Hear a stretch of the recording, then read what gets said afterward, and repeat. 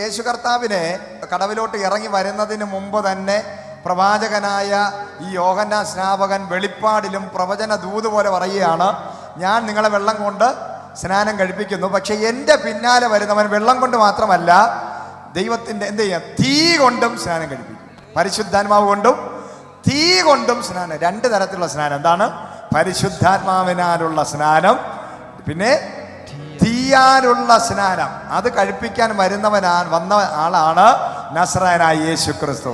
യോഹന്നാന്റെ കാലഘട്ടത്തിൽ ചെയ്ത സ്നാനത്തിന്റെ ഒരു അനുഭവം അല്ല നമ്മുടെ ലൈഫിൽ വന്നിരിക്കുന്നത്.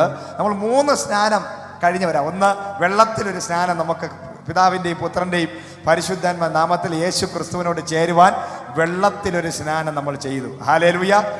അത് മാത്രമല്ല, നിങ്ങളുടെ മേലും നമ്മുടെ മേലിൽ ദൈവം തരാൻ പോകുന്നത് ഹല്ലേലൂയ പരിശുദ്ധാത്മാവിനാലുള്ള സ്നാനം. അത് ഇതുവരെ നിന്റെ ലൈഫിൽ വെളിപ്പെട്ടില്ല എങ്കിൽ ഇന്ന് നീ പ്രാർത്ഥിക്കണം. ഈ പരിശുദ്ധാത്മാവിനാൽ ഒരു സ്നാനമുണ്ട്. ഹല്ലേലൂയ. അത് അവിടെ തന്നെ വ്യക്തമാക്കുന്നുണ്ട്. ആ യേശു ക്രിസ്തു കടവിലോട്ട് ഇറങ്ങി യോഹന്നാന്റെ കൈക്കീഴിൽ സ്നാനപ്പെട്ട ഉടനെ അവിടെ എന്ത് ചെയ്യാണ്? പരിശുദ്ധാത്മാവ് പ്രാവ് പോലെ ഇറങ്ങി വരിക. ഹല്ലേലൂയ. പ്രൈസ്. അത് മാത്രമല്ല, വീണ്ടും മരുഭൂമിയിലോട്ട് നടത്തുന്ന നമ്മൾ കാണുന്നത്, മരുഭൂമിയിൽ കൊണ്ടു ചെന്നിട്ട് ദൈവത്തിന്റെ ശക്തിയുടെ അഭിഷേകത്തെ നിറച്ചു.